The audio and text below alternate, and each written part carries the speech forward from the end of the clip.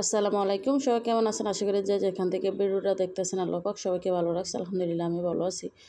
আর সবাই সবসময় ভালো থাকেন, সবার জন্য দোয়া রইল ইনশাল্লাহ।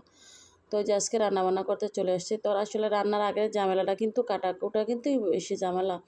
তো ফ্রিজ থেকে মাছ নামায় নিয়েছিলাম আর এখানে ডাটা আনছিলাম। তো ডাটা কিন্তু আসলে এখন কিন্তু সব সবজি যে কোনো সিজনে পাওয়া যায়। তো বর্ষাকালে দেখা গেছে অনেক সবজি আছে শীতকালীন, তবে এগুলো এখন বর্ষাকালে পাওয়া যায়।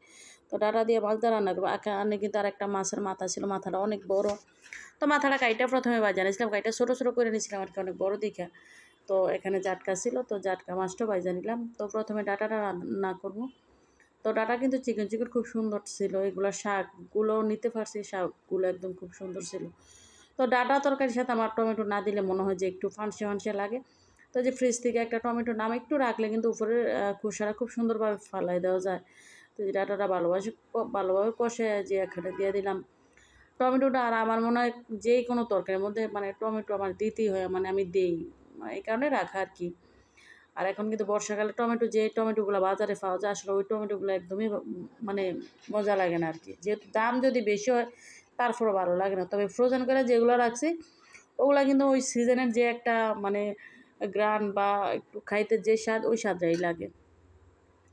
তো আসলে ডাটা তরকারিটা হয়ে গেছে। এখন আবার যে আলু বাইঙ্গা রান্না করবো, এটা নাকি আলু ঘাটি কয় উত্তরবঙ্গে, তবে আমার ছেলেমেয়েদের একবার রান্না করে খাওয়াইছি, ওরা এই আলু তরকারিটা খুবই পছন্দ করে। একটু জিরার গুঁড়া হালকা দিয়ে দিলে উঠানোর আগে তরকারিটা খাইতে খুব ভালো লাগে।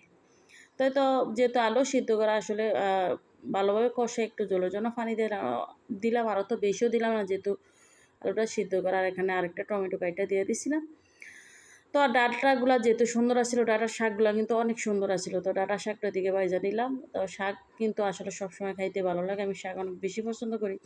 তো ফেজমরিচের সাথে শুকনো মরিচ দিয়ে কিন্তু রান্না করছিলাম। তো যে আমার রান্না কিন্তু শেষ, দুপুরের রান্না। এটা কিন্তু বিকালে মেহমান আসছে, নুডলস রান্না করতেছে। আসলে মেহমান বলতে আমার ভাইয়ের ছেলে, তো ওর জন্য একটু সাদা সিধাভাবে নুডলস রান্না করবো। ও আইসা বলতেছে নুডলস খাবে। তো যে মানে কিছু না দিয়ে, মরিচ টরিচ না দিয়ে একদম শুধু মশলাটা দিয়ে রান্না করে দিছে আর কি। কারণ বাচ্চা মানুষ জাল অথবা মশলা বেশি দিলে খাইতে পারে না।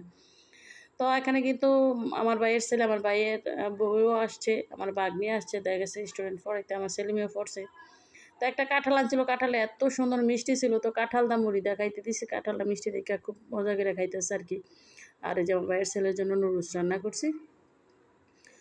আর ও কিন্তু আমার চাস্তো ভাই, দেখা গেছে আমার ছেলের সাথে ঘরে পড়ে, তো ওরও নাস্তা দিলাম। তো আসলে ও লজ্জা পাইতেছে, ও খাইতে চাইতেছে না, আমি আবারও ভিডিও করতেছি, তো খুব লজ্জা পাই, একটু খাইতেছে। আর আমার ভাইয়ের ছেলের জন্য রান্না করছে, আর ও তো পুরা মানে ও নিজে নিবে, নিজে নিয়েই খাইব আর কি, কারোরে কিছু ধরতে দিতেছে না, একদম খুব নিজেরটা নিজে খাইব। তো ধন্যবাদ সবাইকে, ভালো থাকবেন সবাই, আল্লাহ হাফেজ।